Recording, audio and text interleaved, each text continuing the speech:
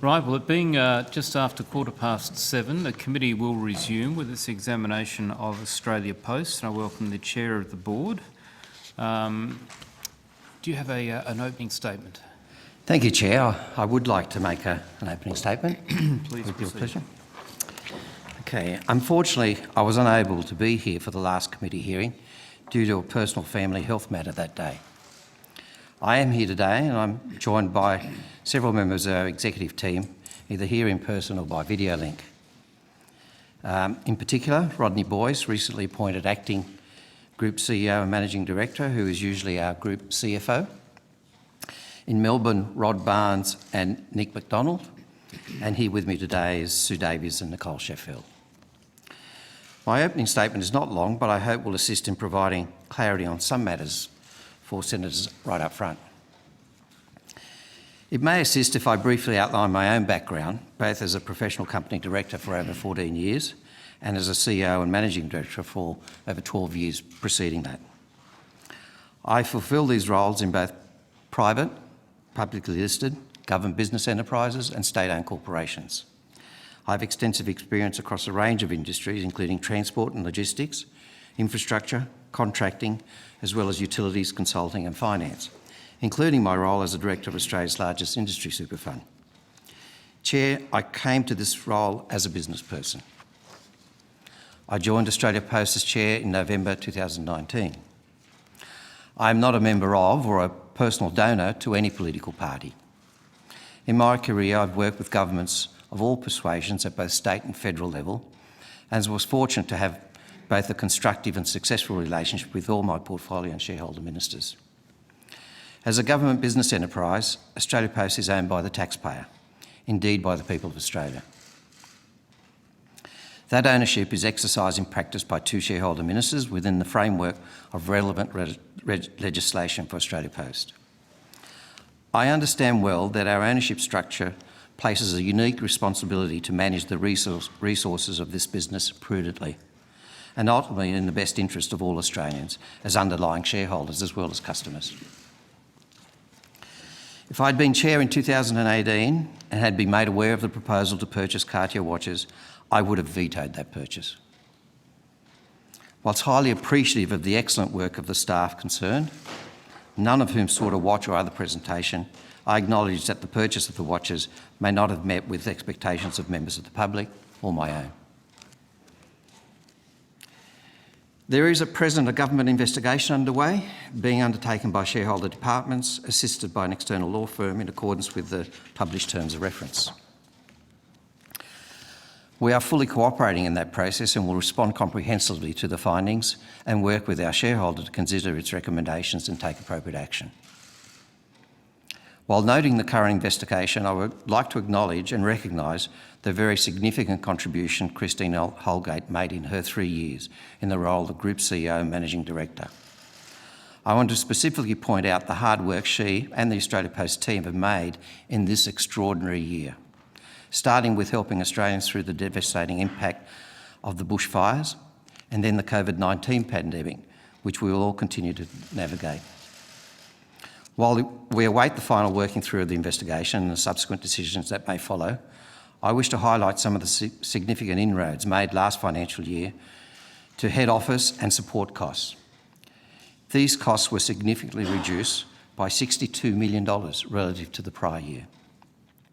As part of a strong, disciplined focus, the focus on cost, particularly those that could be considered discretionary, is ongoing, and we have taken additional immediate steps to limit all but essential spending. Obviously, our acting Group CEO, Managing Director and Executive team have a responsibility to continue leading a $7.5 billion enterprise with almost 40,000 direct staff and a similar number of highly valued licensed post office partners, delivery contractors and other members of our extended workforce. Australia Post is a government business enterprise. It is not a government department, as some media report, which sometimes confuses its obligations why it does some things differently. But by legislation, we are different to the public service. However, let there be no mistake, we are here to serve the people of Australia, who are ultimately our shareholders. Over our long history, our social purpose and commitment to the community has remained the same: to create connections and opportunities that matter to every Australian. If Australia Post is to be financially sustainable, it needs to make profits and generate sufficient cash flow to maintain and grow its substantial asset base to meet the ever-growing demands for its services. Australia Post is self-funding, meaning it is required to fund its own capital expenditure from its own resources to meet its growth needs. Last year, Australia Post made a profit before tax of $54 million. During the same year, paid to the government $33.2 million in income taxes and dividends. A profit before tax of $54 million is a modest return on revenues of $7.5 billion. However, it needs to be considered that during the year, the financial cost of providing for all of our community service obligations was estimated to be $400 million.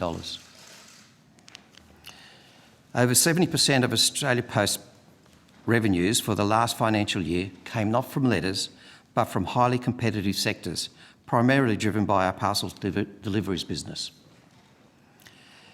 Remuneration is often a topic of much debate. First, let me say that the remuneration of Australia Post CEO and Managing Director is set by the Independent Remuneration Tribunal, as is the case for many other agency heads. Australia Post seeks skilled, experienced and capable managers and executives, predominantly from the private sector, as is successful in attracting these people with benchmark market competitive remuneration. Our managers and executives are on direct contracts of employment.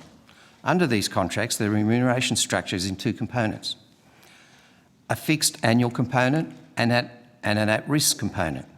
The at-risk component is paid only under certain conditions. Firstly, certain hurdles must be met. The most important is that no at-risk payment is made if Australia Post does not make a profit. Secondly, a series of measures are defined and performance targets set to calculate if any, or part, or all of the at-risk component is paid. These payments are short-term incentives to reward for performance, and not bonuses as the definition is normally used.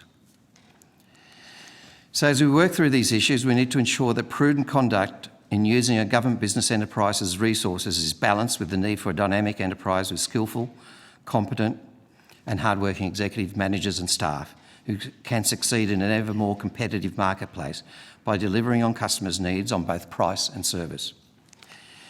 Before I close, with the coming Christmas peak season and with parcel volumes forecast to be around 50% higher than last year's peak, which in itself was the largest peak ever experienced, I'd like to acknowledge the incredible hard work during this current year by all our staff and the significant planning and preparation that has been undertaken, including the recruitment and training of an additional 5,000 staff to help successfully meet our customers' expectation.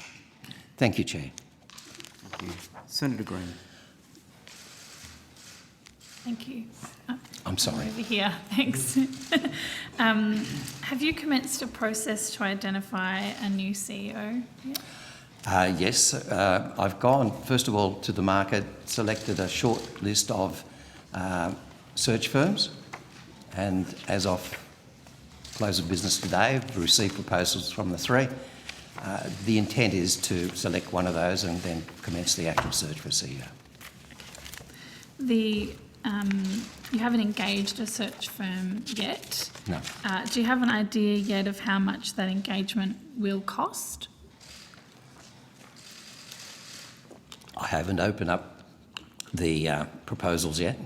Been busy on other matters, but I'm not sure. I'm not sure, to be honest. Okay. Happy to come back to you afterwards. I appreciate that, thank you. And how long do you expect that process to take? Again, I'm not sure. One of the conditions that I asked for is that we believe time is of the essence, and I asked that the firms concerned in their proposal consider that particular criteria. I think the unfortunate element is that we've got Christmas coming up, so we're probably going to get dragged over to the other side of Christmas, but I'd like to think we could make some headway before Christmas. Okay. Christmas is a particularly busy time for Australia Post. What what arrangements are in place? There's obviously... Well, as I said in my opening statement, we have been working in preparing for the Christmas peak for a number of months now. So our plans are in place. The recruitment that I spoke of earlier has largely been concluded, and I'll ask Nicole to elaborate. But I'm talking about 5,000 additional staff. They're currently going through their training. I don't want anyone to think that because we have an acting CEO and in Rodney Boys we have an excellent acting CEO and the management team, that plan is well afoot, and I have full confidence that we will deal with what will be a significant task though. As I said, 50% bigger than last year. Thanks. Did you know Minister Fletcher, and Minister Cormann before you became the chairman? Not Minister Fletcher, but I did know Minister Cormann. How did you know him? Well, I'm chair of Australian Naval Infrastructure, another GBE, and I met him. And as you're aware, he's one of the shareholder ministers for all the GBEs. So I met him in regards to that. In fact, I had the opportunity to meet him in Adelaide and take him around the site during construction, and we had a number of opportunities to meet. Which site was that, sorry? At Osborne in Adelaide, Okay, the and shipyard. that's the only time that Naval you've... Shipyard Centre, Greg, Australia's premier naval shipyard. I won't tell the good people of Cairns that you said that. We've got a fine naval shipyard in Cairns. To get back to that, so that's the only time that you met Mr. Cormann? And as one of the shareholder ministers, I actually met him 2 other times, one on site and once in Perth. What was the occasion? The board in went to Perth. Well, one of the other sites that ANI is potentially exploring is whether we develop further shipbuilding facilities in Perth. Okay. Did you meet at that potential site, or was it a function? It was just on the breaking of COVID, so we met at the hotel we were staying. At the hotel you were staying Yeah. at? Yeah. Okay. Yeah, we don't have an office there yet. Yeah. And did Minister Cormann approach you? Sorry, I keep calling him Minister Cormann. Former Minister Cormann. I apologise. Did he approach you for the role of Australia Post when Mr. Stanhope stepped down? No. Or did you approach? Let me finish. I'm sorry. Thank you. Or did you approach them and express an interest in the role? I didn't approach anyone and express an interest. I never thought of Australia Post. I received a call from Minister Fletcher, and we hadn't met, so it was a kind of a cold call, but he advised me that I was on a short list. Would I be interested? I said, yes, I would be interested. I was actually overseas on holiday at the time, so I said, look, I'll be back in a couple of weeks. And we followed up with a further discussion after that. And in that phone call, did Minister Fletcher explain how you got on the shortlist? If you didn't, did someone put you forward for that shortlist? He said I was recommended to him. Yep. By who? Didn't say. He didn't say in that phone call? No. No. Okay. According to a survey of postal workers in Victoria, 93% of posties say the alternate day delivery model, which you as the board, or the chair of the board, and the government put in place under COVID, has degraded the quality of service that Australia Post offers. The feedback that we are receiving as senators is that the ADM model has not only degraded the mail service but also reduced the efficiency of parcel delivery. Specifically, small and medium parcels, ordinary delivery by posties on motorcycles are being shifted to vans, and the van drivers can't keep up with those packages, can't deliver them as quickly as possible. And this was something that we canvassed during the Senate inquiry into those changes. Why was the decision to cut services made so quickly during COVID? And why did the Australia Post Board get this get this call wrong? Why does it seem that you guys are making this up as you go along in regards to service delivery when you've got 93% of posties saying that it's reduced the efficiency and the quality of the service that you're providing? Well, I think some of those operational dimensions of that question, including the 93%, I'm not aware of, but I'm happy to defer to those who can answer.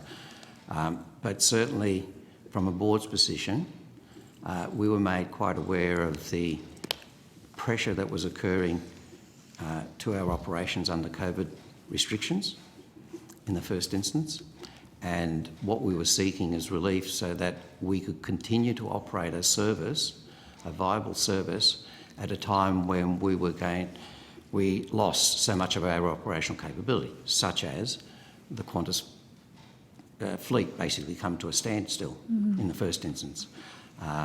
Fortunately, we had some Qantas jets that we use normally as a dedicated jet, so that could continue.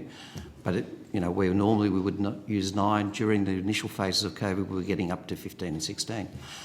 In essence, we were getting operational restrictions that required some relief so that we could continue doing our business during a social distancing in our depots, a whole series of plans. But I think in more detail and specific to some of the points that you put in your question, could I ask either Rodney or Rod Barnes? Thank you. I just have a further question. I might keep moving. I know there's a lot of questions to go through, and the answer that you've given me, I think, has identified that some of the decisions you've made were in relation to the operational situation you were in at the time. Apologies for that. That's all right. Is it the position of Australia Post that these service cuts are temporary, or are you seeking to make them permanent? The service cuts are clearly defined as temporary, finishing on the 30th of June next year. And if you were to review our corporate plan, which has been tabled, and the SCI, all of our business planning for next year and beyond is predicated on us going back to normal operations. Okay, that's what the business plan says at the moment, but have you had discussions as a board about making these changes permanent? No. Okay. Just going back to this survey of posties, there's been a bit of information gathered during this period as well. Nationally, 57 of traditional, or what we'd refer to as traditional posties, said that they've had to leave letter-based products behind at the delivery centre or bring them back undelivered. Can you advise the committee whether Australia Post has missed any of its regulated mail delivery service standards for any month of this financial year?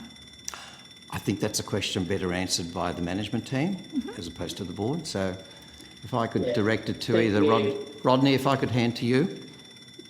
Apologies. Yeah, thank you, Senator, for that. Thank you for that question, Senator. Australia Post letter service standards are regularly audited, and the results are produced in our annual report each year. We're very pleased that we met all of our service standards as reported and tabled in the annual report last year. That's not just the letter delivery service, but it's also the number of street-side posting boxes that we are required to have, and the number of post offices that we're also required to have. So we're very pleased with that.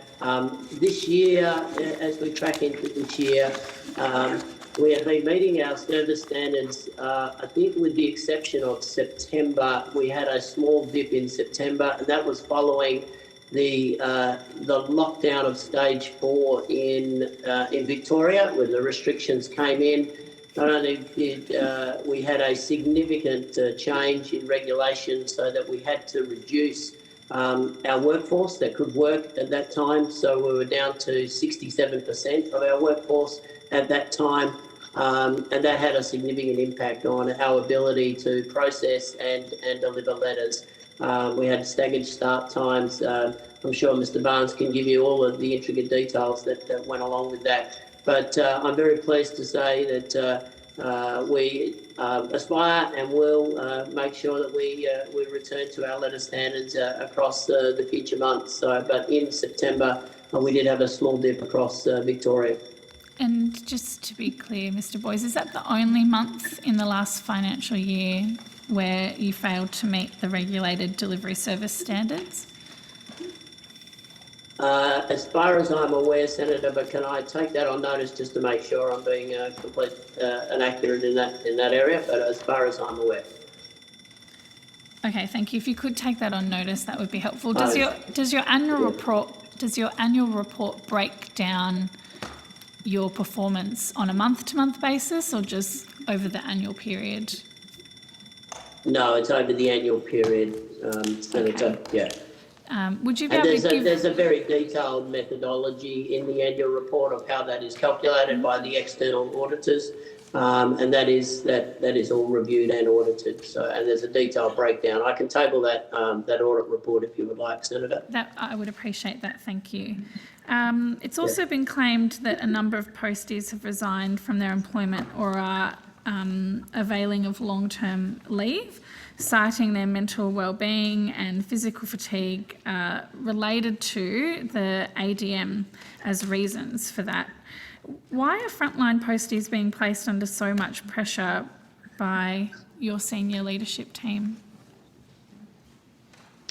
Senator, when it comes to ADM, first of all, I think you should point out that alternate day delivery, as the chair pointed out, Mr. Di Bartolomeo pointed out, is temporary through to the 30th of June next year, and it only applies to metropolitan areas. It doesn't apply to post offices, metropolitan deliveries, not to post offices and not to regional and rural Australia, and that is in place now.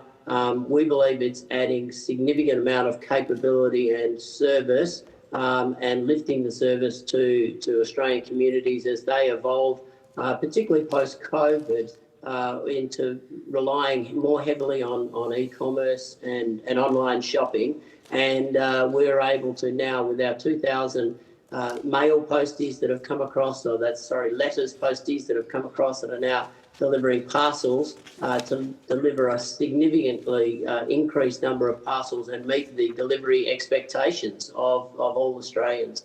And we think it's going very, very well, and we're getting very positive feedback. I understand you referred to a survey early on.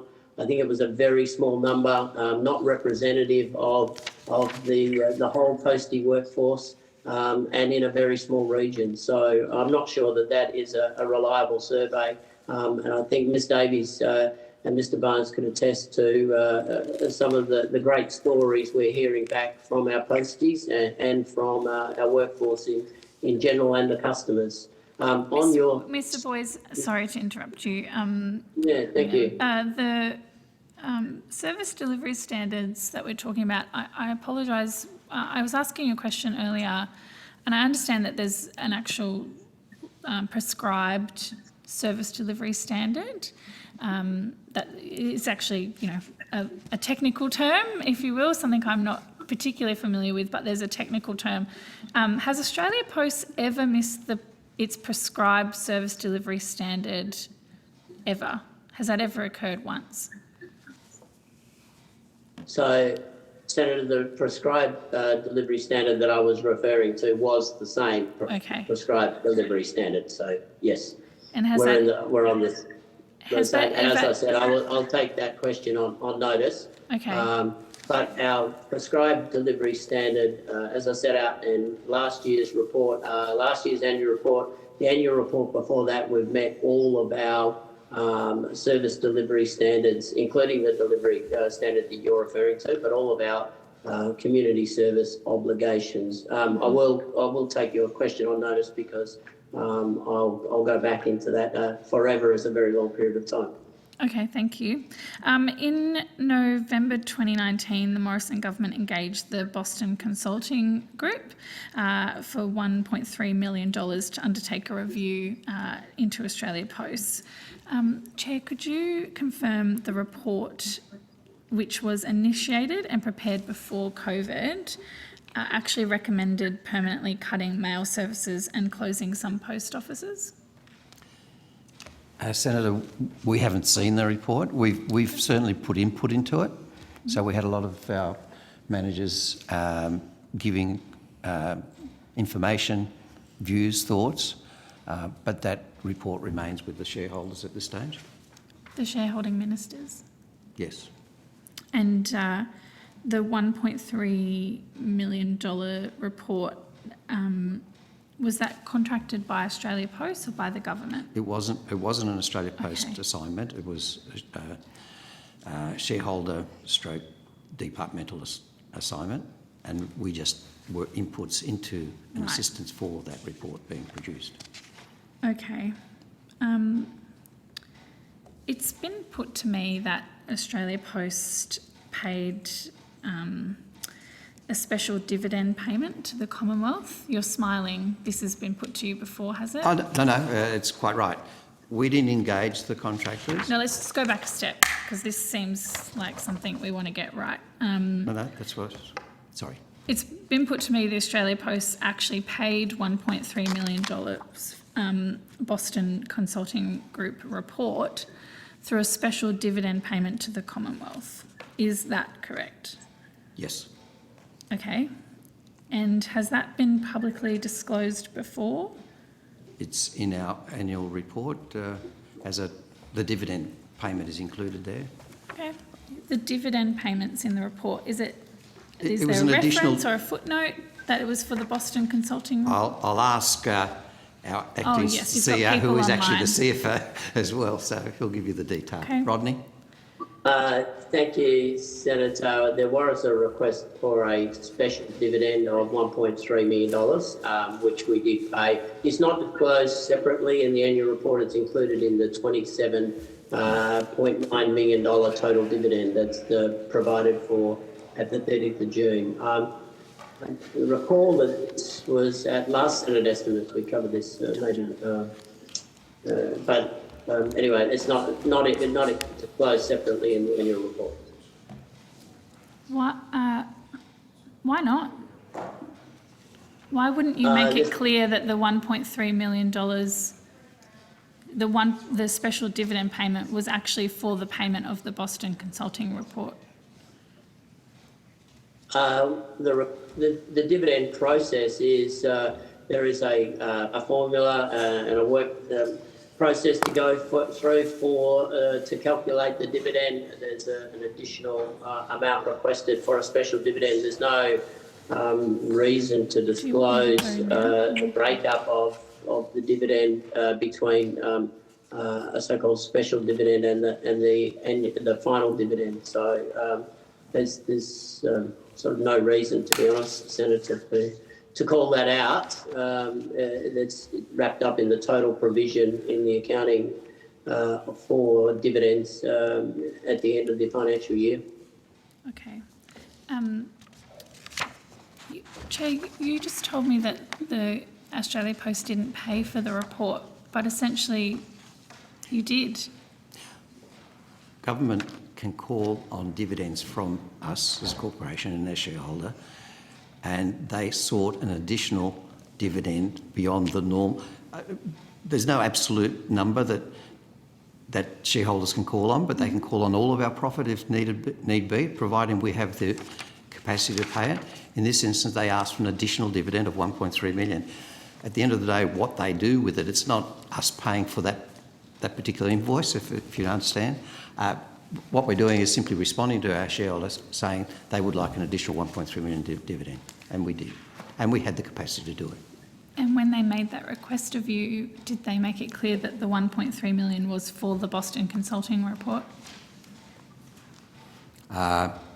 Certainly I remember it as that, yes. Okay. So you did pay for the report? Well, we paid the shareholder a dividend, and it would appear that they had then used that to pay for the... No, they asked you for $1.3 million to pay for the report. Yes. So why did you give me a different answer before? Well, because the basis that they asked for that money was on the basis of a dividend. And as shareholders, they have full right to ask for that dividend. Now, it's an aside that they then used it to pay for this. But in no way do I... They told you what the money was for and why they were making that request. And this is the first time that it's been disclosed publicly, because it's not in the report. The breakdown of the dividends not in the report. So not only did you give me misinformation just a moment ago, but, well, so I apologise for that, but the answer you gave me before is a little different to what you're saying now. And my concern is that how would members of the public have been able to understand what the dividend was for if you didn't disclose it in the report? Generally speaking, when we're asked for a dividend payment, we're never told what the government intends to do with their dividend payment. But they told you what this one was for. And in this occasion they did. They said this is what they were going to do, and that's why they wanted the extra special dividend. Okay. Sorry, we'll move on. Sure. You haven't seen a copy of the report? No. Did the former CEO see a copy of the report? No, don't believe so. So Australia Post paid $1.3 million for a report they haven't seen a copy of? Senator, again, Is that correct? That's not the evidence that's been given. The government required a dividend. Oh, so now you're giving evidence, Chair. No, I'm just trying to be fair that you're not putting words in the mouth of the Was that request made in a letter, Mr. Don't recall. I don't recall. I believe so, though. It would have been as a request for a special dividend. Yeah. Mr. Boyes is nodding. Yes. Can you table that letter, the request from the government for that dividend, so we can understand what the nature of that request was and whether it was clearly for purposes, so we can understand what actually was requested? Because it is unusual, as you say, for a dividend to be requested for a particular reason. It's not unusual for governments or shareholders generally to ask for additional dividends. I guess the unusual bit is that they told us in this instance what they were intending to use it for. Yep. But the dividend, it was a standard request for a dividend, normal plus an extra, and that's often done. We're not often told, however, how they wish to spend that dividend. Okay. If you could table that letter, that would be appreciated, and we can understand when the request was made, who made the request, and also what the nature of the request was. If you can take that on notice, Will do. I'd appreciate that. A Senate inquiry has learned that on the 31st of March, the then Australia Post CEO wrote to shareholder ministers requesting the cut to mail services, the change in service The regulatory delivery. relief. Yeah. Yep. Did the board sign off on that proposal and the letter before it was formally sent to the shareholder ministers? I might take the advice of I don't quite recall, so I'll take the advice of our company secretary, Nick Mcdonald. Thank you, Chair. My name is Nick Mcdonald. I'm General Counsel and Corporate Secretary of Australia Post. I'm mindful that the Minister for Finance has made a public interest immunity claim in respect of the BCG report and in respect of the correspondence that's being referred to. If we may take that question on notice so that we may consult with the shareholder regarding that. I think we also need to do that in respect of the letter regarding the special dividend for similar reasons.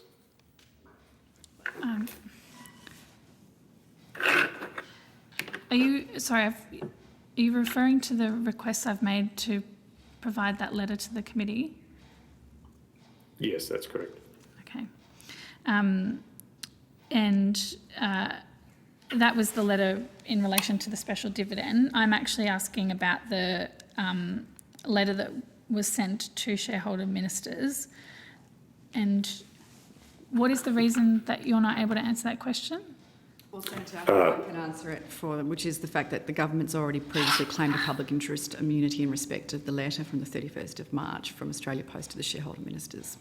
And if you like, I can table Minister Cormann's letter to the chair of this committee on the 20th of July regarding both the BCG report and that letter of the 31st of March from Australia Post to the shareholder ministers. Sure. And Minister, I respect there's a public interest immunity claim on the letter itself. I'm just asking whether the board received a copy of the letter before it was sent to the ministers. That's my question. You would know that answer? I don't recall, so I'll take that on notice. Thank you. Senator. And Surely, you're the chair of Australia Post. Surely you would know if ministers sought the board's approval to cut mail services. That's a pretty big deal. Whether it is or whether it isn't, it perhaps is in the letter of the 31st of March for which there has already been a claim of public interest immunity made. But we're not asking for a copy of that letter to be tabled. We're asking process questions. Well, you're asking for the content. No, we're not. No, we're absolutely not. Let's for a moment. Let's forget about what's in the letter. The letter that was written by shareholding ministers to shareholding ministers by the CEO on the 31st of March. Was that considered by the board? Senator, I understand the request that was made. I can't recall at this point as to the timing as to whether we saw it before or after it went in. So I'll take that on notice and we'll respond. Before it or after it went into where? Shareholders. The letter was sent on the 31st of March. So you're not sure whether the board knew that it was sent I can't recall. Before or after it was sent? I can't recall, that's correct. But I'll take it on notice and respond. Chair, it's Kimberly Kitchen. Could I just add, in response to a question on notice number 1880, in response to question on the second part of that gives the dates of the Australia Post board meetings for 2020. There was a meeting on the 26th of March 2020 and a meeting on the 14th of April. Now, I think that some of these might be subcommittees of the board, but there would have been a board meeting as per the evidence of Mr Mcdonald last time on the 23rd of October in relation to your board meetings. So you had one in March and one in May, and I'm on page 28 of the Hansard of, Thursday the 22nd of October, and then in response to question on notice 1880, then you had some board meetings or committees of boards on the 26th of March, the 14th of April, the 1st of May. In fact, you had two meetings on the 1st of May. Do you recall do you have the minutes from those board meetings, Mr Di Bartolomeo? I certainly don't have them on me, but clearly that we have a record of all those meetings and both the papers and the minutes involved, yes. So you would be able to, or your General Counsel would be able to go to clarify when the date or when it was discussed at the board meeting? I'm sorry, I missed that question. You would be able to clarify quite quickly when it was discussed, at which board meeting it was discussed? Yes. And that's what Do you think you can do it this evening? I certainly can't, but happy to ask I'm happy to ask our General Counsel and Company Secretary. Thank you, Chair. We're happy to take the question on notice and to determine whether or not the letter itself was reviewed by the board at a meeting or outside a meeting, and at which of those board meetings the topic of seeking regulatory relief was discussed. And as you say, there were meetings on the 23rd and the 26th of March, and we can take that question on notice and respond. Thank you. Yeah. Okay, thanks. I think at that point I might give the call to Senator Canavan, then we'll come back to you. Senator Canavan, you have the call. Thank you very much, Chair, and thank you, officials. I just had some questions around the impact of Ms Holgate's leaving the organisation on licensed post offices. I've been contacted by many that are quite concerned about the change in leadership. So I first wanted to ask, what consultation have you done with the LPOs, either before Ms Holgate's leaving or after and since, to reassure them? Senator, if I could hand over to Nicole Sheffield, who has responsibility for the Post Office network and the relationship with the LPOs. Thank you, Chair. Nicole Sheffield, Executive General Manager, Community and Consumer. We have been in consultation with the licensed post office for many years, and we are really appreciative of the incredible work they do. Obviously, we put forward the payment reform over a year ago now that has really driven and grown their business alongside the Bank at Post a deal that we did, and we continue to work closely with them, with the associations and with the broader community. I myself was out visiting licensed post offices last week where I could, and I think that the important message that we want to, tell our licensed post offices, we actually really value the role that they play in the community. We recognise when they thrive, actually Australia thrives, because they are actually helping the community. So it is in Australia Post's interest to support them and to grow them. And effectively, we have another payment, the second schedule of the payment review that we are planning to do next year to look at representation fees, identity services. We have a number of big campaigns that we've launched. We have a number of marketing activities that we do with them. Next year, we have the next series of collectibles that we'll be driving. The reality is we're doing a number of things and continue as a team to work tirelessly to help them and to improve them so that they, as a business, grow. So in your discussions, Ms Sheffield, with licensed post offices, what's their reaction been to Ms Holgate leaving the organisation? Well, I think their reaction, was shock to begin with. It was a very sudden departure, and there's no question that that is concerning to them, because they had, there was a Senate inquiry in 2015 into payments. The reality is they have been concerned about their viability and their future for some time, but this is not, this has been something we've been working for the 2.5 years that I've been with Australia Post.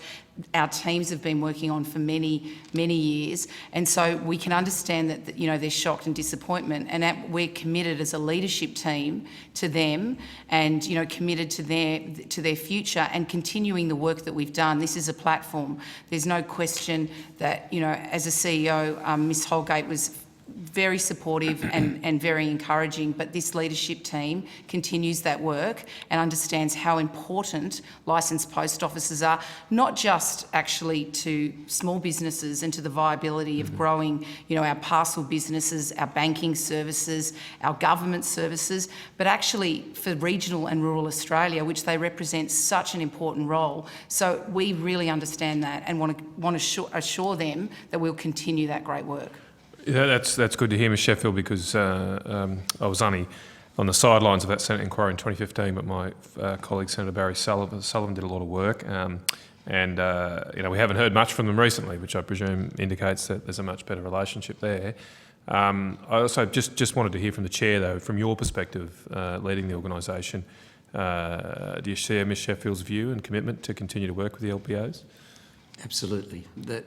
They provide a series of services that really underpin all our businesses, both letters and parcels, and they're an important network. And their viability is critical. So the opportunity to bring in business via the post offices, whether it be the banking at post and a whole bunch of other services that we've been working on and continue to work on, I think is critical, and their viability is essential to us. Good. Okay. Did you consult with the LPOs before any decisions were made to ask Ms Holgate to stand aside? No. All right. What's the avenue for LPOs to have their views heard on major decisions like that through your organisation? I'll refer to Nicole again. There is a number of avenues, but the formal avenue is we have a council called the Australia Post Licensee Association Council, APLAC, and there are state directors as well as national directors that are elected by licensees. We meet with them on a regular basis, at least monthly. We get a lot of feedback from them. We obviously have two associations, and the Licensee Post Office Group and POAL, that also give us feedback, and we meet with them regularly. And of course, my email address is on the website. They all should know how to contact me. We feel very strongly that their voices are heard on many issues. I'm sorry to pull you up. I just obviously only have limited time here. Chair, before the decision was made to ask Ms Holgate to stand aside, Was the board of Australia Post consulted before Yes. that? Yes. I mean, there's no representation from the LPO on the board, though, is there? No, no. Has there ever been a discussion about whether there should be representation on the board from the LPO?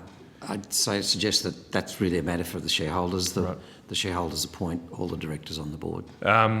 Just Ms Sheffield, or anyone who can answer this question, but Ms Sheffield, you raised the issue of payment reform before. How much in your next year's budget do you have allocated for payment reform? So we haven't determined next year's budget. Our normal cycle for budget's around March, April for the following financial year. Right. But I can tell you that we've committed to that continuing, licensees. I mean, we've seen a growth in payments of $35 million in this financial year. And, because payment is aligned to work effort and it's also aligned to transactions. So as revenue grows, payments to licensees grow, and that's the way the whole payment schedule has been set up, and we'll be doing that again next year. And I feel confident that it's part of the corporate plan, it's part of the strategic initiatives that we do and of our discussions. I feel confident that we will have that budget assigned because it will actually grow business. Okay. Just on a specific question, I've heard complaints that there's been new arrangements established, or there's been a discussion to establish new arrangements recently to establish manifesting over the counter for parcel packages, and to I think somehow assure those with the addresses on them or some such. Yeah. I've had complaints that pre Miss Holgate leaving, the price agreed to between the LPOs and yourselves to do that service, that manifesting over the counter, was 30 cents a handling or a parcel. But last Friday they were told no, it will only be 20 cents. Is that true, Ms Sheffield? Not actually. So the reality is we began a trial with our post office, with our licensed post office network. We currently run that manifesting. So manifesting means that we need greater visibility of our parcels. A lot of people don't put sender details. When they lodge over the counter, we don't have as much detail, so we can't manifest as soon as a product lodges. That's actually really important to ensure we have visibility. And as you're seeing so many more people using our services and e-commerce growing at such high volumes, the more we can track the parcel, the better chance we've got of delivering that successfully to the end consumer.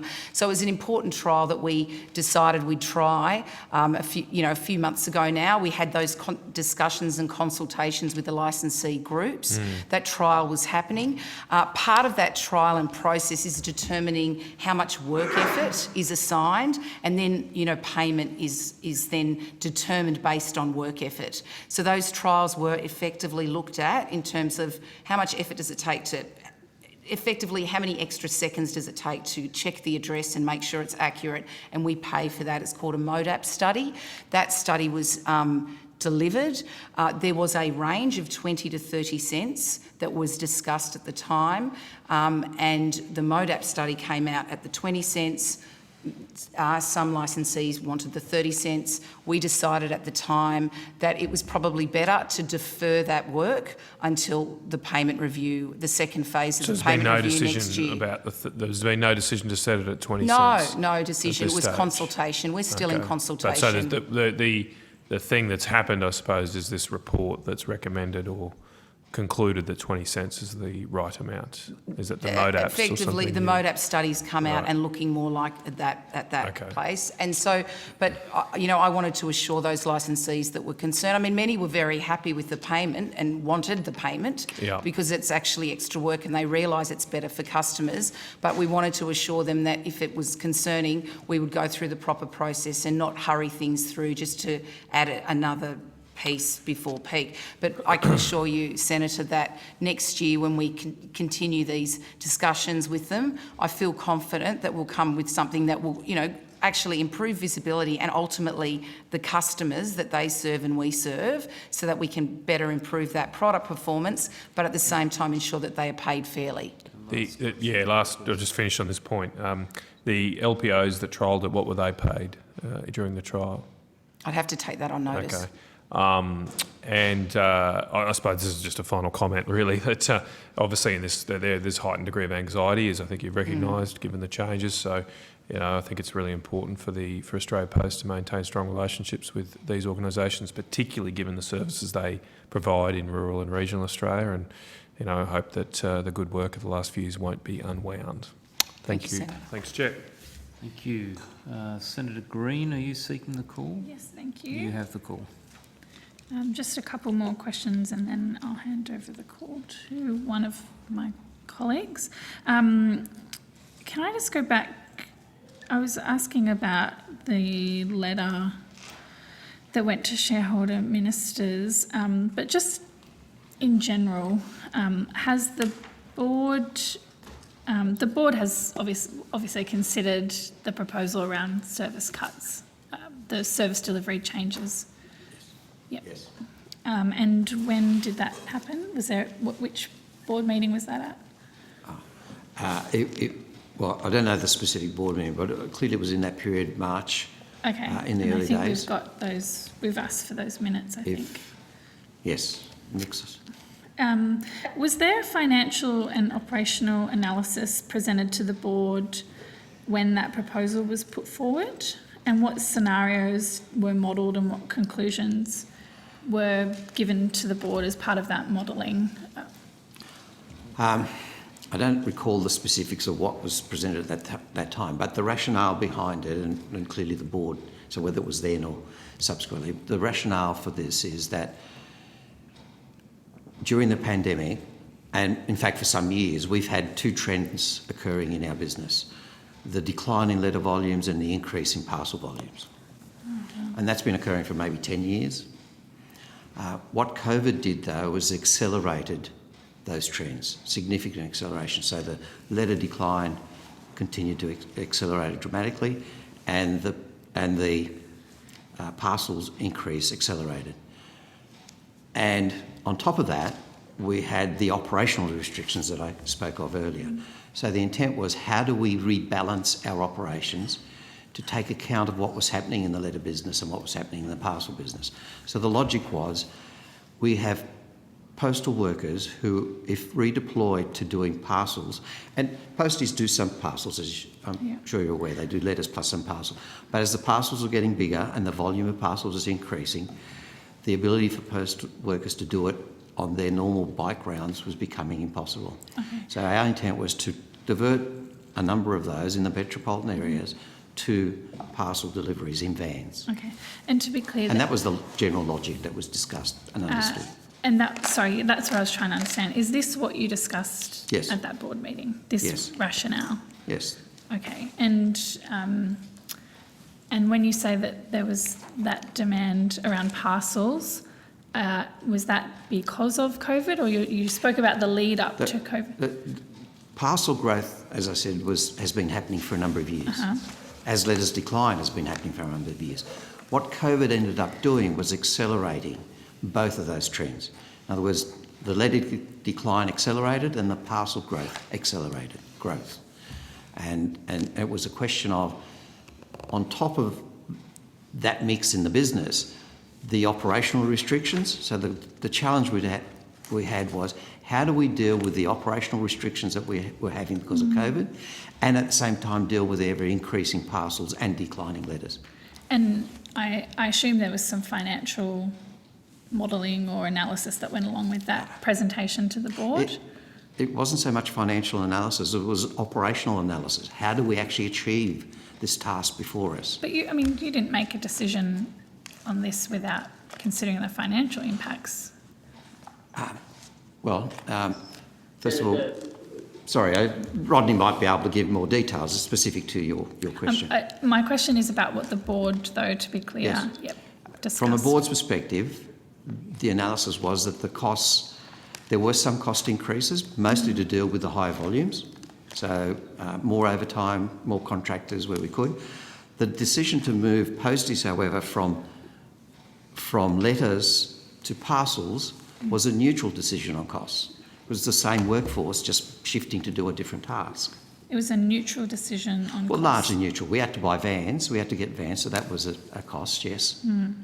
But what I'm saying is the workforce was not changed per se. Okay. We were just changing the task they were undertaking. And I guess that goes to my next question then. I was wondering whether there was a suggestion made to the board that COVID would have a negative impact on the company's financial decision. Position. In the very early days, what we were absolutely certain was that our operating costs, our operating capabilities were going to be reduced, potentially cost increases to deal with it, like for instance the additional hiring of Qantas jets to help us meet with our interstate flows. So we knew our costs were going up, and in the early days we weren't quite sure what was going to happen to the volumes. And our experience that we were gaining from European, even New Zealand and American, was that in many cases their volumes were dropping, i.e. their revenue were dropping. So costs going up, revenue going down. It soon became clear with us that our costs were going to go up because of the additional costs we had to bear, but our parcel growth, despite the fact that some parts of our business obviously was declining in revenue, international, post offices, services like identity services at post offices led a decline. The one offsetting factor was the parcel growth. And after a few months, it became clear that that was going to offset much of our revenue decline. But when this decision was made around service delivery, there was no suggestion that COVID would have a negative impact on the company's financial position? No, there was. No, that was the initial. In other words, we did modelling following the European scenarios and the American scenarios. And initial assessments were that we would be potentially, under different scenarios, potentially loss-making instead of, profitable. Our target at that point was a $15 million profit for the year. And some of our scenarios were indicating a potential loss for the year. Some of the scenarios were. Yeah. Okay. Look, Rodney Boys, our CEO and CFO at the time, could give detail. We've got a very limited amount of time, and I know Senator Kitching is patiently waiting to ask some questions, so I might move on to her. I can come back if we have time to other questions, but I might move on to Senator Kitching. If I can hand her the call, that would be helpful. Senator Kitching, you have the call. Thank you, Chair. Can I just ask, just on the parcel delivery, when I look at your figures, they're up in March, they're up. So in February 2020, they were 139. In March 2020, they were 155. I'm talking in millions here. So the trend was actually going up.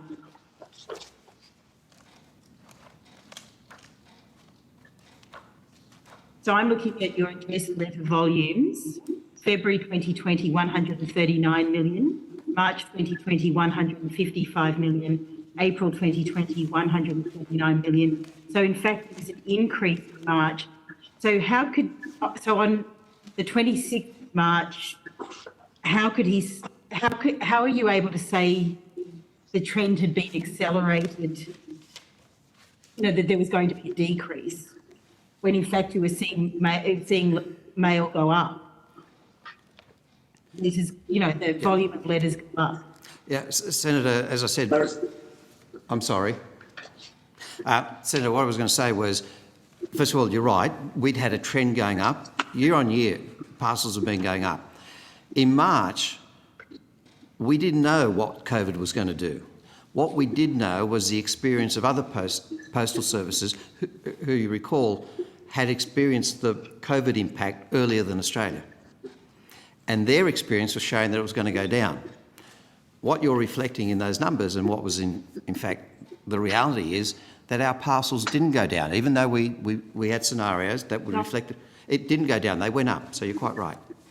I'm actually I'm looking at your addressed letter volumes, not parcels, your addressed letter. Senator, I think published on our website is our addressed letter volumes, and in April our addressed letter volumes dropped, or our letter volumes dropped 28%. In May they dropped 36%. If they went, what I'm actually asking, Mr. Boys, is in March 2020. So you're making a decision on sort of 26 March, let's say, it had actually increased. it had gone up from 139 million to 155 million. On what period? That seems surprising, Senator. So is that compared to the prior year? No, February 2020, addressed letter volumes 139 million. March 2020, addressed letter volumes 155 million. Senator, I'll take that on notice. It's surprising. I think if you compared a like for like compared to the prior year, we'll find that would be a decrease. Trading days are different between February and March. There'll be a number of reasons.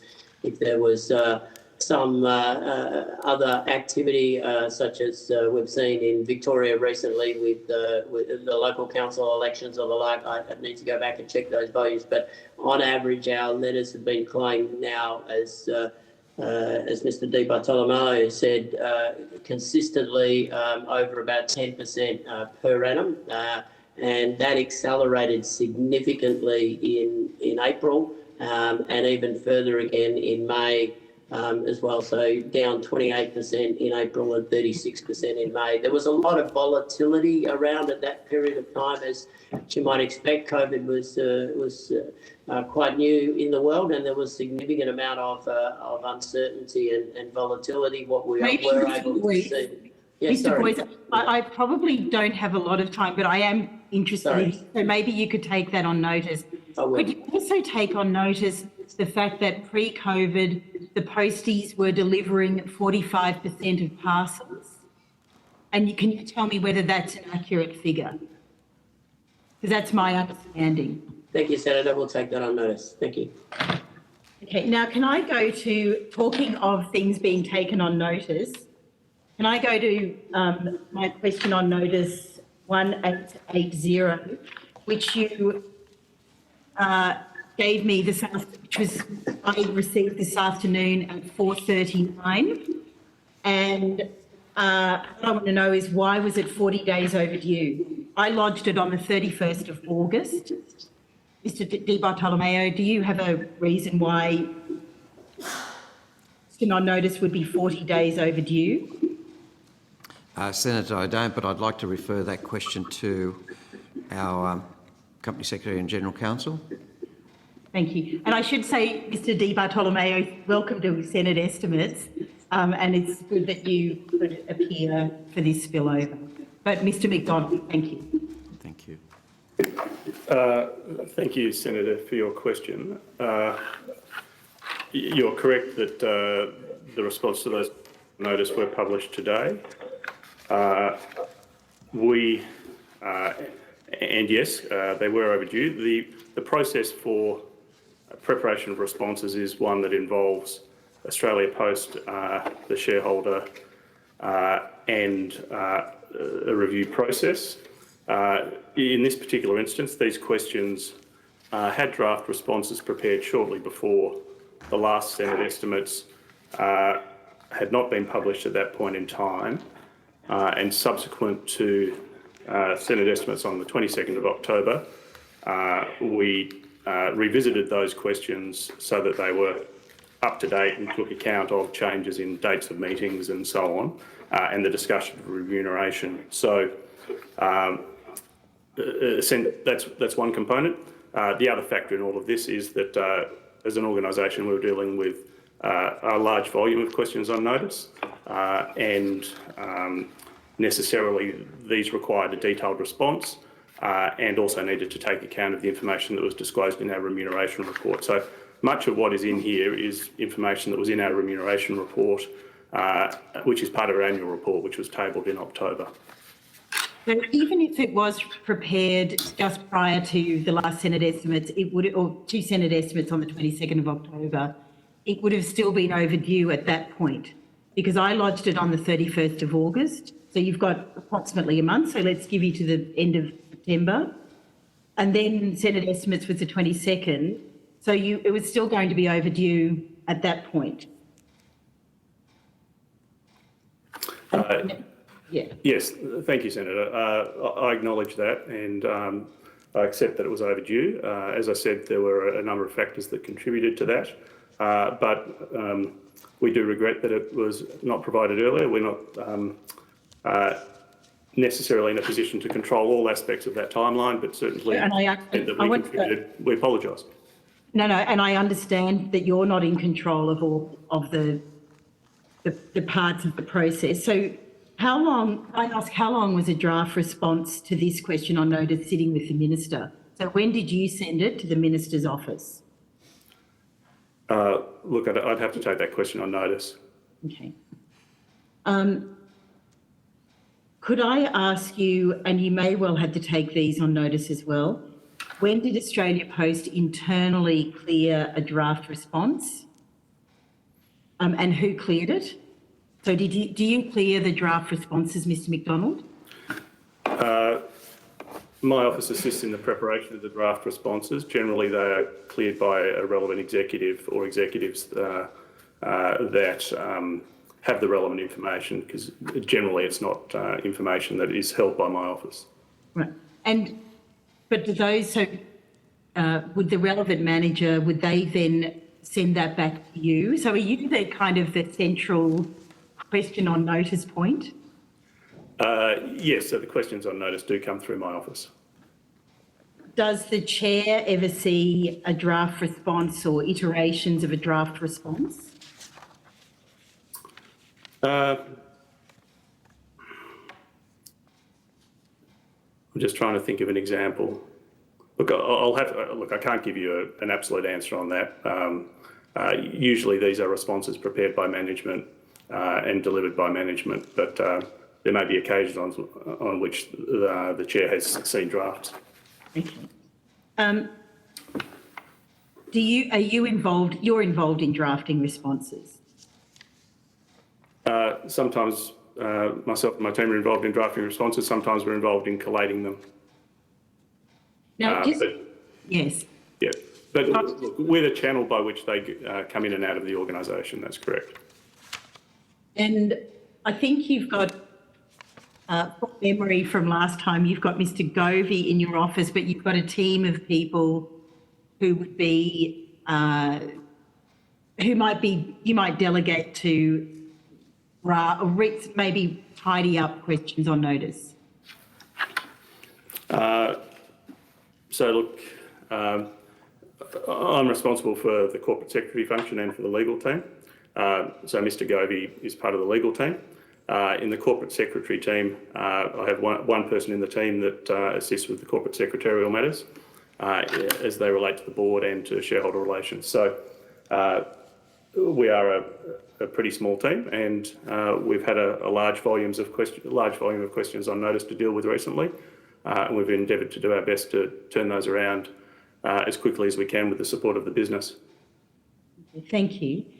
Could I ask you to take on notice, on what date did Australia Post provide a draft response to the Minister's office in relation to question on notice 1880? Were different iterations or drafts provided to the Minister's office? And please provide any dates for any iterations or any subsequent submissions.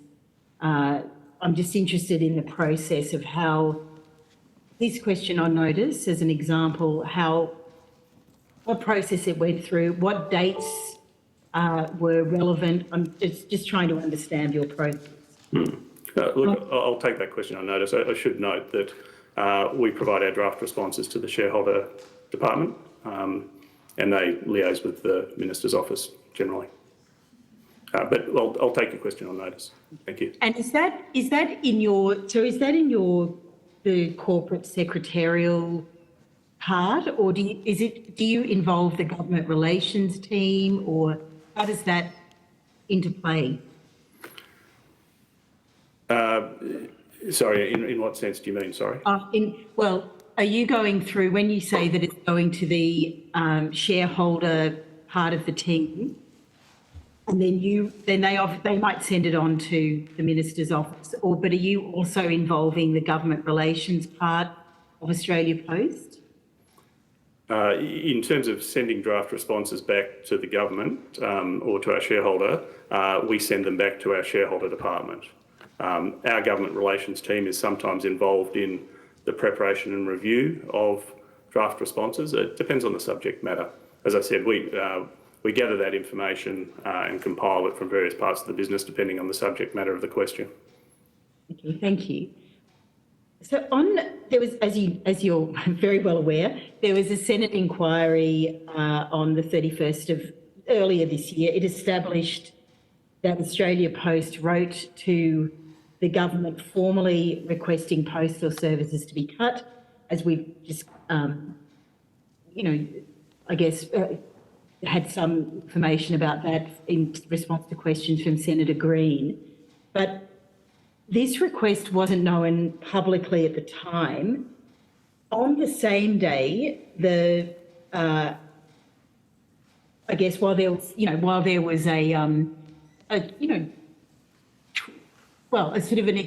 trying to explain why service cuts were being made, and I presume your government relations team was involved in that, as well as your communications team. Australia Post dropped a story to the Australian newspaper entitled "Australia Post Forced to Slash Costs as Coronavirus Hits Revenue." So it was to Ellie Greenblatt on March the 31st. And in this story, it says that COVID-19 was about to really affect Australia Post's revenues.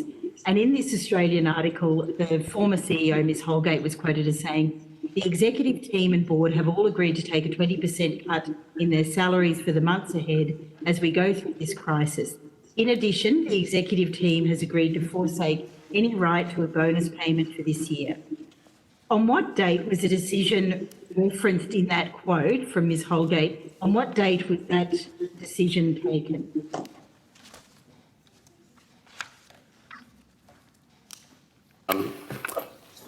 Sorry, if I can clarify, please, Senator, which decision are you talking about? Is that I'm talking about the decision to take a 20% cut in their salaries, which I presume affected you, and so you might remember. All right. So the proposal to take a temporary reduction in remuneration of 20% was discussed, I believe, with the board on the 23rd of March. It was not something that impacted me. I'm not on the executive team. And it took effect for a period of approximately 3 months, or I think that's 6 pay periods, around April to early July. Thank you. And in respect of the board, it was necessary for us to communicate and seek the consent of the Remuneration Tribunal in respect of those reductions, and that's something that we undertook. So can I ask you, just the March board meeting, was that a full board meeting? The meeting on the 23rd of March was a scheduled board meeting. The meeting on the 26th of March was an additional board meeting. So we have a schedule of board meetings each year. I think I've mentioned this at Senate estimates previously, where we have a regular schedule in February, March, May, June, July, August, October, December. Well, actually, I'm looking at your evidence from the 22nd, and you say the regular schedule is February, March, May, June, August, October, and December, but no July. But did you mean to say July in that list as well? Oh, there's a nomination and remuneration committee meeting in July. So there's not a board meeting in that month. Yeah. But yes, to answer your question, as part of that regular schedule, there was a meeting scheduled on the 23rd of March, and that took place. Okay. Senator, if I may, Yes, just certainly. to add to that question, when COVID arrived, it created the situation where we couldn't meet as we normally do in Melbourne. Travel was out, so we had to introduce for the first time board meetings via video conferencing. And one of the decisions we took is that we decided to make board meetings shorter. We weren't quite sure how successful they were going to be, if we'd go for 5-6 hours or more. So we had more frequent and shorter board meetings using video. So during that period, we did have a number of unscheduled board meetings for that purpose. Thank you. And could I ask maybe both you, Mr. Di Bartolomeo and Mr. Mcdonald, so is that why in response number 2 in 188, in question on notice 880, you've given me quite a long list of board meetings here, and certainly many more than than was indicated in Senate Estimates on the 22nd of October.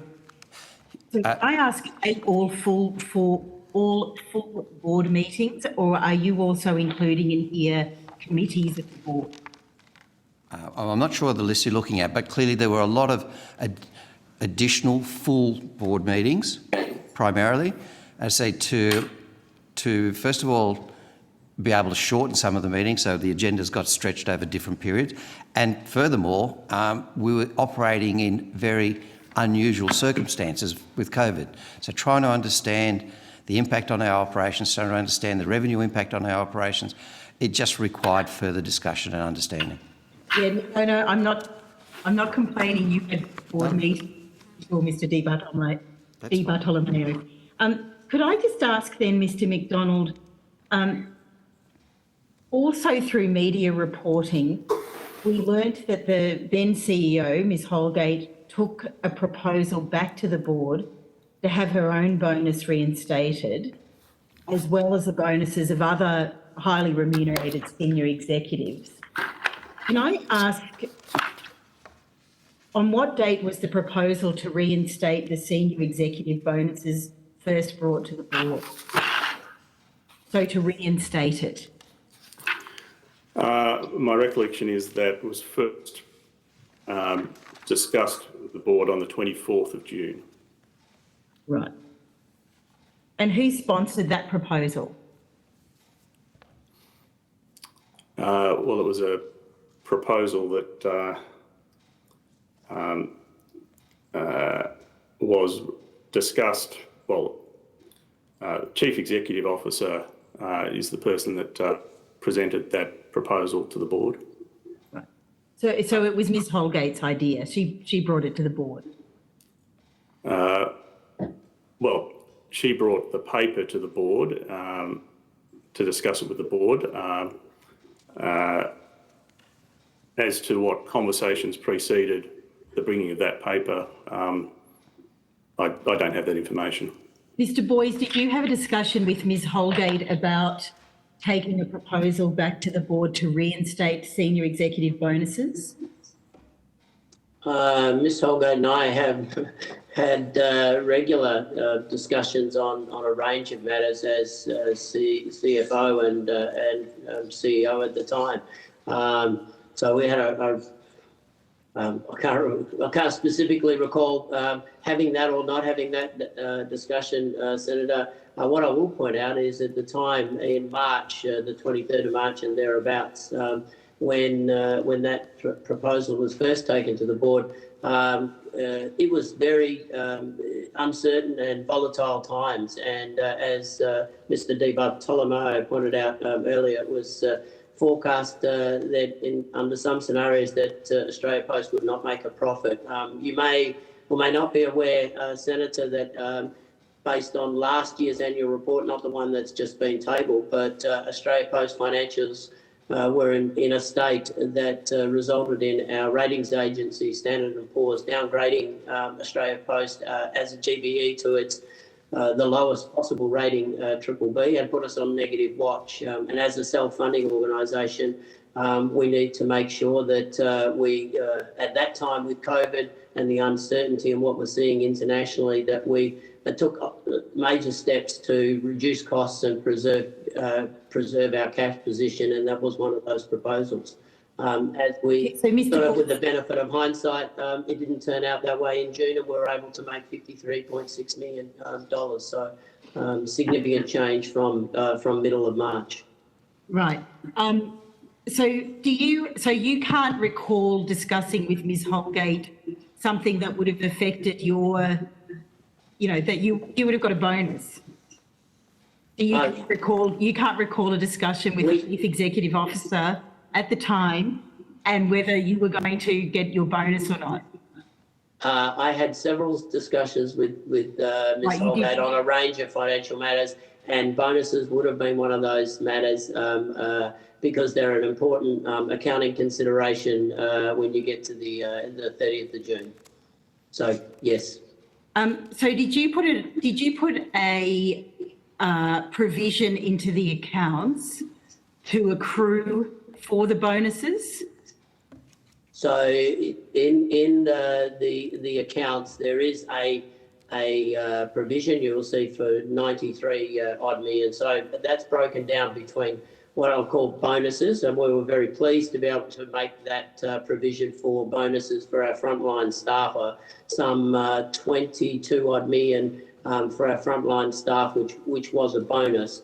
In addition to that, there are incentives, so that the provision, as you see in the annual report, is bonuses, which are sort of non-contractual arrangement, a thank you bonus, which we're really pleased to be able to give to, I think, 34,000 of our hard-working team through COVID.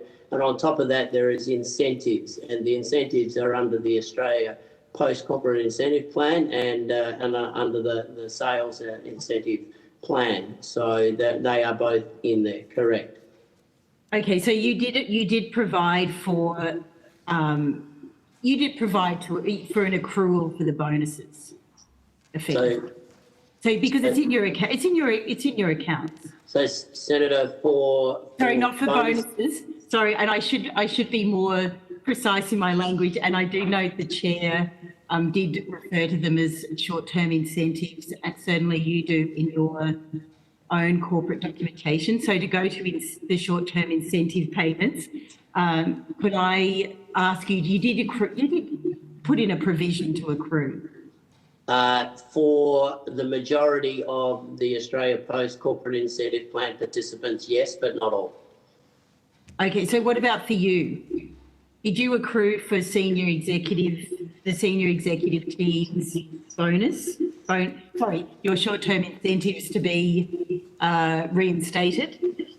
There was no accrual for senior executive incentive payments in the 30th of June. And what about before that? Are you doing quarterly? Are you doing a quarterly? So we. Oh, I think yes, you are. We do a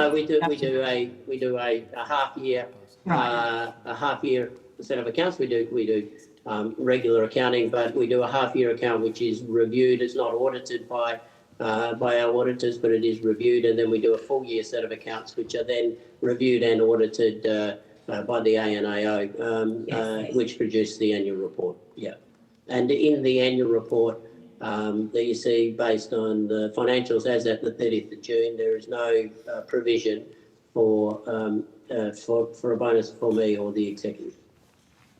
But you did decide that you would.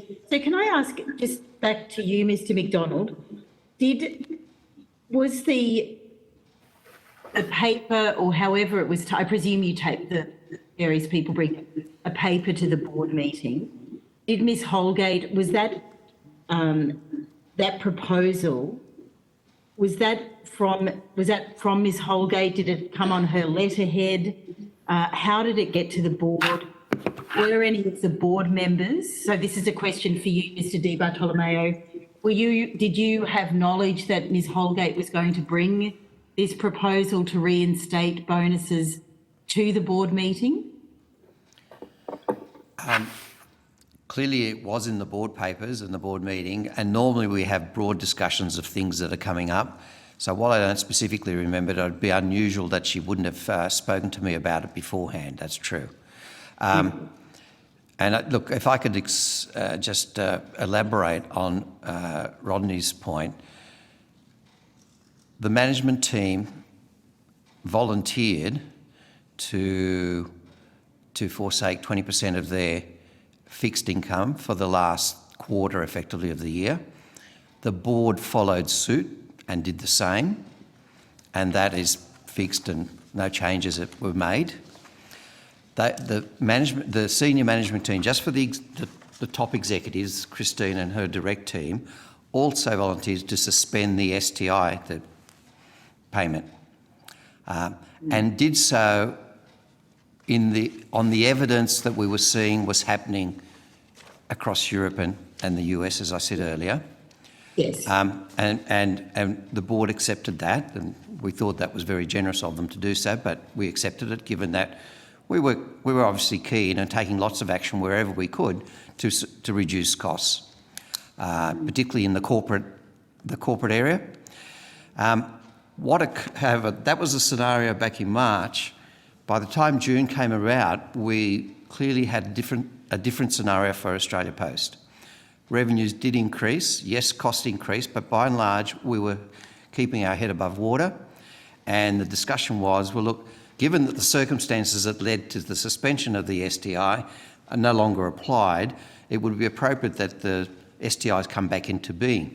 Not that the STI decisions were made, that was a process that had to follow, but at least it was no longer suspended, and that's what the management asked for, and the board at that point said, yes, it's back on the table, and we will deal with the STIs in a normal process over the course of the next 2 or 3 months. Right, so Mr. Di Bartolomeo, how did the company pay for the proposal if Mr. Boys hadn't put a provision in the accounts before 30 June? Well, the accounts... Did you pay it out? No, sorry. The accounts Where was it paid out?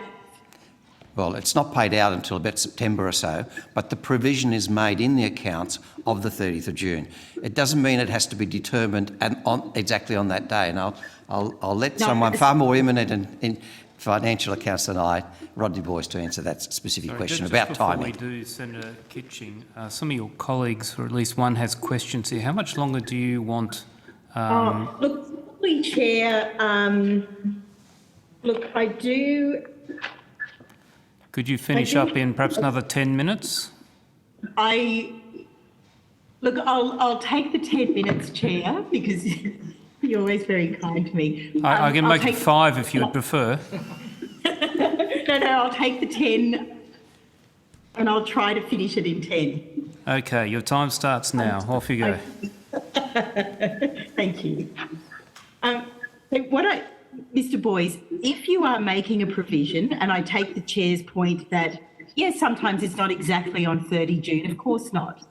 Of course, that's how entities function. But you must have made some provision for the short-term incentive payments. And if you didn't have a provision in the accounts, which I think, and I will go back and check the Hansard, but I think what you said was that there was no provision for the STI payments. And what I want to know is, once you decided it, even if you were paying it out, let's say in September, which I think is something the Chair just said, in September, where was the provision made to pay the STI from, if you had not put in an accrual into your accounts? Sorry, I might not have been clear. So in our accounts at the 30th of June, there was a provision for around 93 million. I can get that exact number, but around 93 million for bonuses for our frontline team and STIs. So there was a provision at the 30th of June for the majority of the Australia Post Corporate Incentive Plan participants, not all of those, and there was a further provision for the sales incentive under the sales incentive plan. So. Well, maybe you're able to provide on notice the Australia Post Incentive Plan. I think you mentioned 2 documents. Included in our remuneration report is a very detailed explanation of the Australia Post Corporate Incentive Plan. That's in our remuneration report, which is at the back of our annual report, which is all tabled. So it's all in one document. We do integrated reporting. Okay, and so you did provide for the 93 million was provided for, and did the senior executive STI payments come out of that 93 million? A senior executive didn't, so included in that remuneration report, and I'm apologetic Senator, if I'm not being clear, but included in the remuneration report is all key management personnel, including the CEO, former CEO, myself, and the leadership team. And there are no incentives paid to the senior executive team. But the Australia Post Corporate Incentive Plan covers about 2,500 employees. It's not. Yeah, no, I don't want to get into that because as you know, I'm short on time. Okay. But on the Sydney Morning, there was a Sydney Morning Herald article on the 28th of August, which was entitled "Australia Post Executives May Still Get $7 million in bonuses despite promising to take pay cut." And that said, and I quote, "A spokesman said on Friday a decision on executive bonuses had not yet been made. The executive team offered to forego a bonus in March. Whether they are paid or not is a decision of the board," the spokesman said. So is that an accurate statement? That is an accurate statement. Right. And you're referring, and I get that you've got the remuneration report at the back of your annual report, and I have looked through your annual report in some detail. What I was really asking for, and if it's not possible to ask now, I would like you to take on notice, not what's in the remuneration report, not in the public report, but where is your provision that you made for the senior executive team's STI payments? Where was the provision in your own internal accounting for those payments? So, Senator, there was no provision for the senior executive team for a bonus for last year. So, and that's reflected in the provision. So, in the 93 million, there is no provision for the senior executive team. There is a provision for the bonus for our frontline people. There is a provision for the other 25 odd. Yeah. But in this article on the 28th of August, a spokesman for Australia Post says a decision on Friday on executive bonuses had not yet been made. The executive team offered to forego a bonus in March. Whether they are paid or not is a decision for the board. So what I want to know, and I'll give you an article. Sources close to the executive team said Ms. Holgate had taken a proposal to the board in recent weeks. Well, that seems to be true, doesn't it? To pay executive bonuses following the organisation's strong financial performance. Full details of the executive remuneration will not be tabled in federal parliament until October. Several board members contacted by the Sydney Morning Herald and The Age would not comment on the matter of executive pay and said it was a matter for Ms. Holgate's office. So why, Mr. Di Bartolomeo, why was the board refusing to give comment on the record if it was a matter for the board? Senator, can I clarify a few things? Yes, certainly. Hopefully shedding some light here. When the senior management team volunteered in March to forego their STI, it wasn't the suspension of the whole STI across the whole program. It was for the CEO and her direct report. So 8, 9 people, something of that order. That's all that was suspended. That was then, the board agreed in late June, as the date I think you nominated, where we at least put it back into play. Ultimately, the provision that was made and accounted for in last year's accounts was for the STI for all of those people, 2,500 people plus the front line and etc. That was the provision that was made, not for that top executive team. There was no provision made for the executive team, and we did reserve our position as to whether, in fact, we would pay. We were still under consideration what ultimately we would do. But in the meantime, there was no provision for that team. But all the rest had been provided for, yes.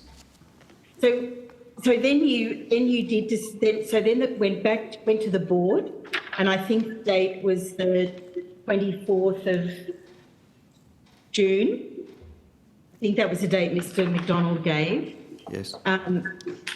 Thank you. So how is it on the 28th of August an Australia Post spokesperson told the media that a decision on its executive bonuses had, and I quote, had not yet been made? So what was going on there?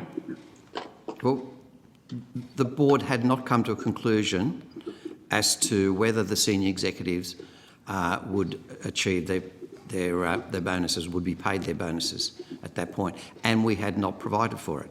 But we left the decision open. So on the 31st On that day, anyway, that was the case. On the 31st of March, though, there's a decision, a declaration that there would be no bonuses. For that top team. Sorry? For the top team. Yeah, I understand, and I'm only talking about the top Okay, team. I'm only talking about the executive team, which I think from other media reporting is 8 people, and they were going to share in a bonus pool of $7 million. Give or take. That number doesn't sound right, but yes, it's a smaller number. Well, that's what was in the media. So can I ask, how is it that there was a declaration that there would be no bonuses on the 31st of March? Then there was no decision that had been made on the 28th of August. So how is it that there is still no decision on the 28th of August, despite the release and announcement of audited financial results for 1920 on the 27th of August 2020?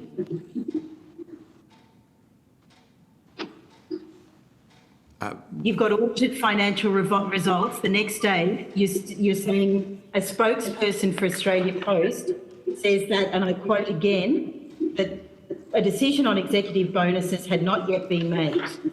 So what happened there? Correct. Are you able to shed light on that, Mr. Di Bartolomeo? Well, we certainly had not made a decision on that date as to whether the... When did you... Sorry? When did you make a final decision? It was shortly after that. I think it was early September.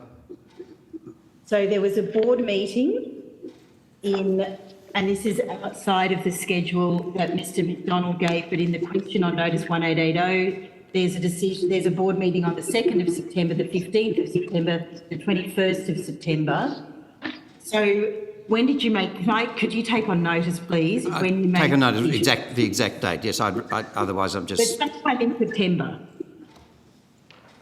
Isn't it unusual to take decisions about bonuses that late in the financial year? It's usually late in the piece. It's not done on the 30th of June. But fair to say we had a very unusual year, yes. Do you normally settle your STI payments before the annual results announcement? Before the annual results announcement, yes. So how is it that there was no decision when all other remuneration had already been decided? Well, the answer there is normally we would, but this was not a normal year, and there was a lot of debate that we were having as to, which reflected a lot of things, including the COVID arrangements and the continued impact, as well as the original March declaration.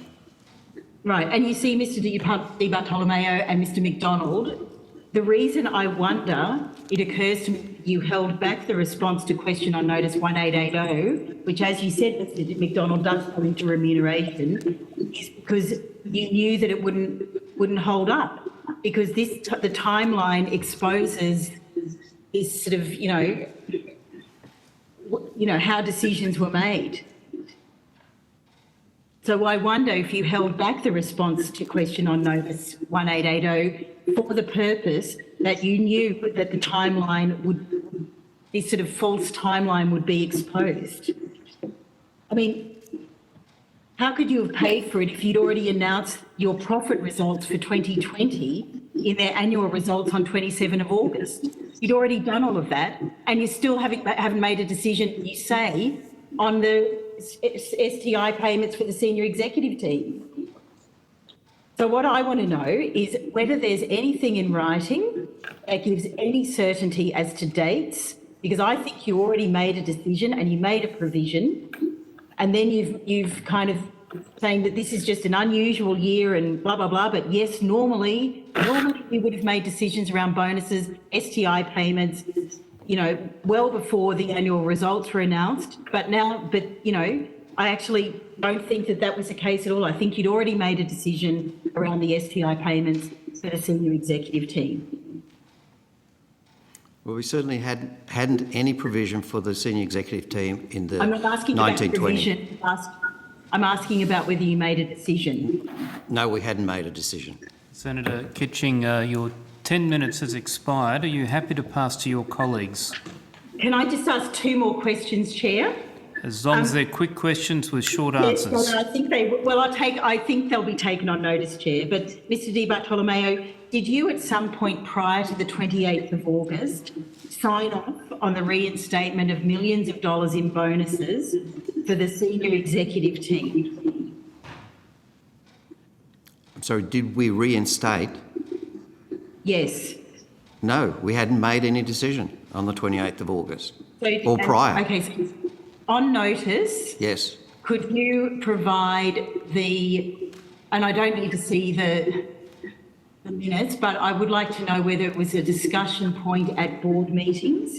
And then my final question is, did you, prior to the 28th of August, sign off on the reinstatement of senior executive bonuses and then say something different in the media when you said that no decision had been made?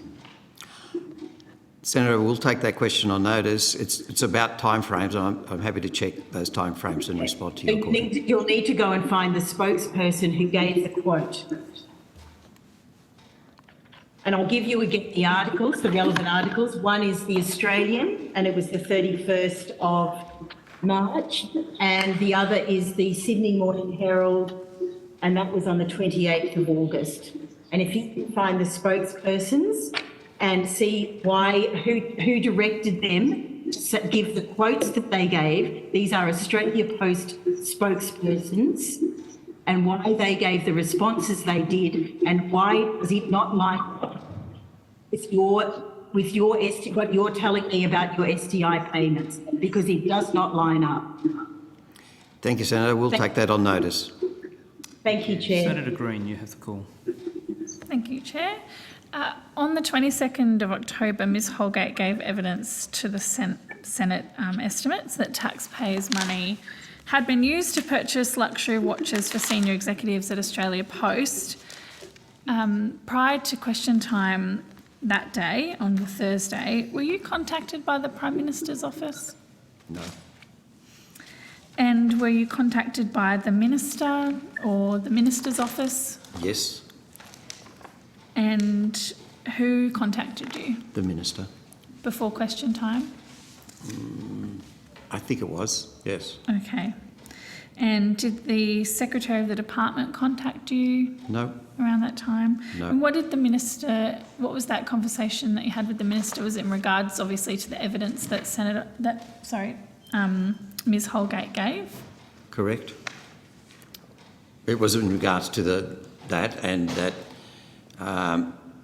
he wanted, at that point, he was thinking of asking me to conduct an investigation as to what had happened. And that he felt that Christine should stand aside while an investigation took place. That was what the Minister said. Yeah, that Did was he his say view. that That was his view. Okay. In terms of establishing the investigation, that conversation, did it include any discussion about how the investigation would take place? No. No. It was just general that he wanted to see an investigation as to the facts, I guess, surrounding that decision. And he felt that during that investigation it would be best if Christine had stood aside. Okay. And then subsequent to that conversation, the Prime Minister in question time that day, and the Minister as well, indicated that the CEO would step aside while the investigation was underway. What was that? How did they convey that expectation to you about Ms Holgate stepping aside during the investigation? Was it, look, we think it's for the best, or was it a decision taken unilaterally? Was that a decision they suggested to you? That was a decision they suggested to us, and we should consider their clear preference was that during the investigation that the Minister wanted to have undertaken, that she stand aside for the time being. Yeah. Did you agree with him in that conversation? We agreed to bring the board together and consider that position. Good. And did you do that? We had, the board did come together and we did consider the decision, and we had discussions with Christine that ultimately she agreed she would stand aside while the investigation took place. Okay. And was that a special meeting of the board that took place on the same day? Yes. Yep. Yes. On the 22nd of Called October? specifically for this purpose. Yeah, okay. And before the meeting, did you have contact with other board members, sort of, I guess, prefacing what was going to be discussed, the need for the special meeting? We made a call around to the directors, were they available, because we needed to do consider the matter that was becoming public very quickly. Yeah. And we met that afternoon. This, you issued a statement on the 22nd, the same day. Yes. Probably remember that one quite well. I don't need to quote that back to you, but it was in regards to Ms. Holgate standing aside during the investigation. Correct. Did you and Ms. Holgate come to that decision mutually, that she would stand aside, or was it more of a case of relaying what the Minister had said to you? Look, we had a number of conversations that afternoon, and the concluding position was that she would stand aside. Okay. Was that because that was what the Minister wanted? It was a consideration. Okay. And was there any communication between you and Ms. Holgate in writing? Not at that point. We followed that up later. Okay, so just so I can understand, was there anything in writing that formalised the position that you reached on the 22nd? Yes. That she would stand aside? Yes. Okay, and what was that, an email to her, a letter to her, a letter from her? What's written down I'll get clarity from Nick. I don't think it was an email. I think it was a letter. Nick, could you clarify that? Yes, that's correct, Chair. It was a letter to Ms. Holgate recording that position. Recording the board's position Well, the outcome that had been resolved. by the board? Well, as the Chair mentioned, the position had been reached between the Chair and Ms. Holgate that she would stand aside, and the letter recorded that. Yeah, it wasn't a joint letter though. It was a one-way traffic. It was a letter from me to her. Yeah. Okay. Yes. Was there a legal basis for standing down the CEO at that point? What I said was that she elected to stand aside.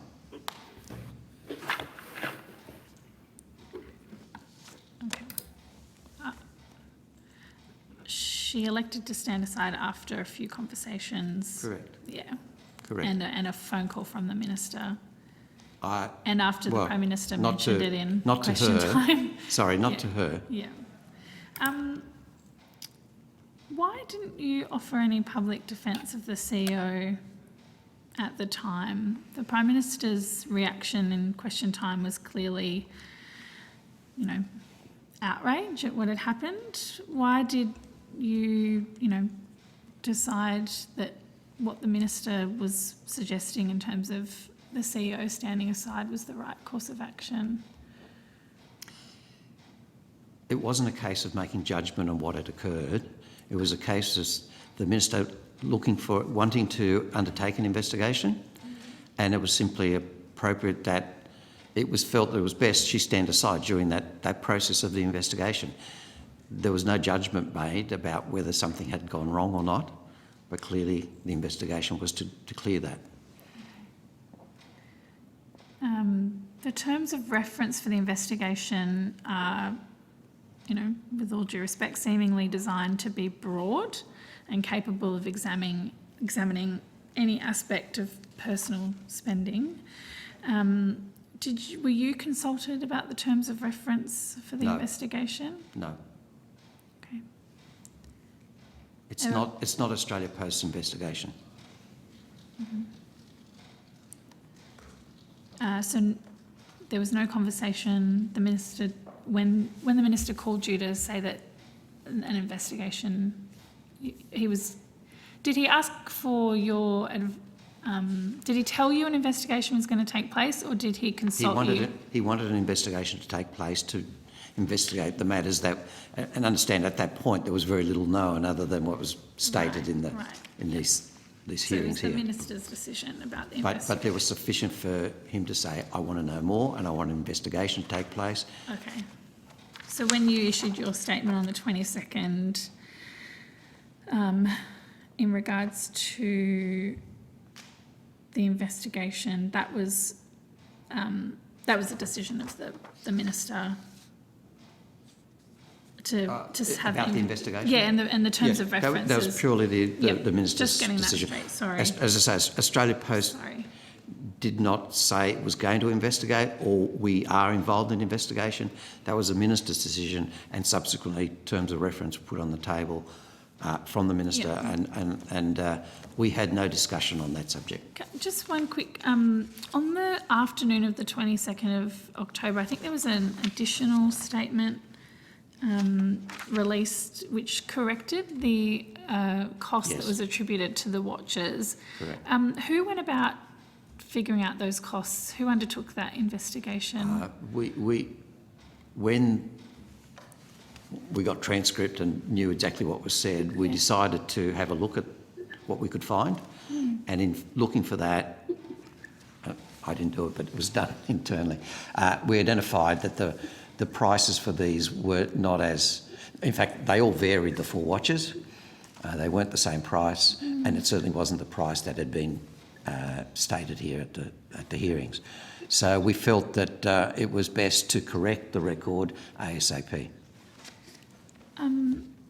Who let you know the price of the watches?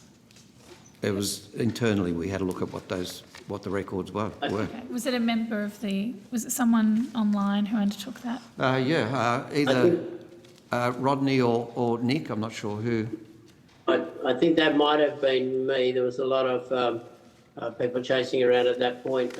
We had two immediate concerns on that, just checking on disclosure in our annual report under remuneration, because one of the watch recipients was key management personnel, and also on the potential for fringe benefits tax. So we were able to go to those 2 reports, the fringe benefits tax return for that year and to the remuneration report for that year, and try and find the background, and that's where we discovered that the amounts were different than the amounts that had been presented to this Senate estimates. Okay. And whose credit card were the watches purchased on?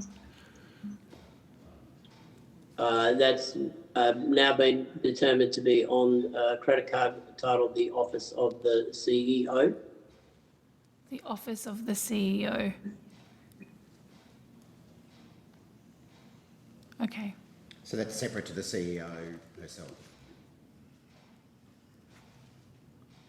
Yes? Mr. Boyce. Rodney? Oh, sorry. Yes, correct. Has any review been undertaken of other purchases made on the Office of the CEO credit card?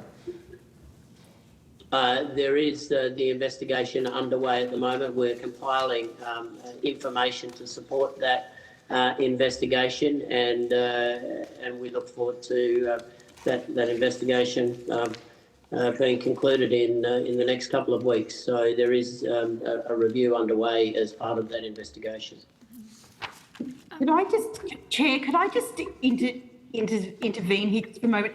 Mr. Boyce, do you think you're going to be able to respond to my question on notice fully in terms of a breakdown of the expenditure on the Office of the CEO credit card that you said you couldn't answer because everyone was working at home from coronavirus? And we had a brief discussion at the last estimate, and you said, oh, we couldn't answer that and because, you know, people working at home, and then we had a discussion about whether you did any online banking, whether you were able to do banking when you weren't in the office. So Senator- are you going to be able to answer that question on notice properly and give a breakdown of the expend 300? Senator Kitching, you've asked the question. Please let the witness answer. Thank you. Senator Kitching, thank you for that question. The question I know you're talking about, I assume, is the 1740, one of the sub-questions in that. We should be able to pull all of that information, and we are pulling all of that information together. If I recall, the period of time that you were chasing, or that question on notice referred to, was quite a lengthy period of time back to the beginning of the former CEO's tenure in 2017. So we will continue our endeavours to produce that information should it be required. Thank you. Thank Senator you. Green, you have the call. Thanks. Chairman, do you use any encrypted messaging applications? And do you have the Signal application on your phone? I'm sorry? Do you, I missed that. it's probably a no. Do you use any encrypted messaging applications, and do you have the Signal app on your phone? Signal. Encrypted message. I've got a WhatsApp, and it's purely family. Yeah. There's Good. 5 of us on it. That's it. That's it. Have you used WhatsApp to communicate with the CEO since No. she stepped down? No. I said I only use it for my family, full stop. Okay. I don't and use who, any other encrypted messages. Who is paying for the investigation? Is it Australia Post or the government? We have not been asked to pay for it. It's the department. You haven't had a request for a special dividend yet? Sorry? You haven't had a request for a special dividend yet? No. No. Okay. I think Senator Watt might just have a couple wrap-ups and then we can let you go. Could you please provide on notice a timeline of all key communications and decision points, including between board members, following the admission by Ms Holgate that 4 cardio watches were purchased, please? Feel free to come back with that. Communication surrounding that issue? Yeah, communications and decision points. I mean, you've said that there were obviously a number of phone conversations with Ms Holgate. There were phone conversations with minister, decisions from the board. We can take Yeah, that on that'd be notice, great. yes. Your statement about the check of board papers and minutes is limited to a search for references to the purchase of Cartier watches. So you have advised that there was a review done of board papers and minutes for references to the purchase of Cartier watches. I suppose I'm conscious that there may have been other phrases used, such as gifts, rewards, bonuses. Did the review of board papers and minutes include those types of terms as well? I'll ask Nick to answer that question. I think he might have more detail than Thanks. I. Apologies. Thank you, Chair. So the review of the board papers for that period did go beyond purely searching for the term watches or Cartier watches.